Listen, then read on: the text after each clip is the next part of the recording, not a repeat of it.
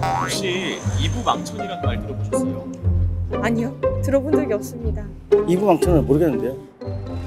이부멍땅은 아는데. 망천, 뭐 망한다는 뜻 아닌가요? 지난 2018년 지방선거를 앞두고 정태욱 전 국회의원이 한 방송에 출연해 이같이 말했다가 지역 비하로 논란이 됐습니다. 이른바 이부망천 발언인데요. 당시 유정복 인천시장을 옹호하는 과정에서 나온 발언이라고는 하지만 당시 인천과 부천 지역에서는 큰 반발을 샀습니다. 인천도 어느 정도 광역시급인데 좀 경솔한 표현이 아닌가. 서울만 살아야 사람 대접을 받는 건 아니잖아요. 기분 나쁘죠. 이후 지난 2020년 총선에서도 2022년 지방선거에서도 잊을만하면 이부망천이 등장했습니다. 그런데 이부망천은 정말일까요? 통계를 살펴봤습니다. 인천시의 월평균 임금은 341만 원, 1인당 지역 내 총생산은 3,328만 원으로 전국 17개 시도 중 11번째로 높습니다.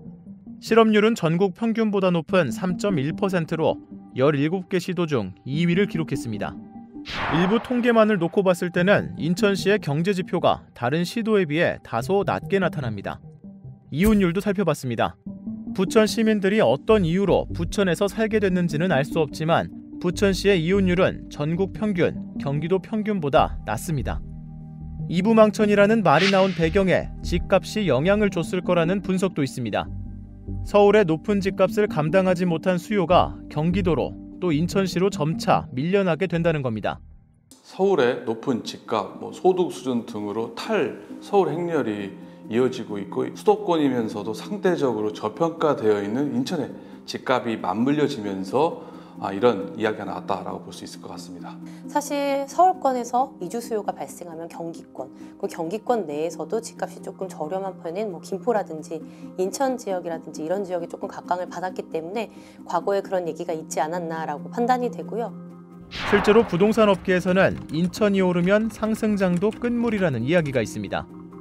지난 2019년부터 서울의 집값이 오르자 이후 2021년부터 송도와 청라 등 신도시를 중심으로 인천의 집값도 급격히 상승했는데 인천 같은 경우도 가장 늦게 그리고 가장 가파르게 집값이 많이 올랐죠. 그것이 바로 기존의 집값이 많이 저평가가 되어 있다는 것을 약간 좀 반등해주는.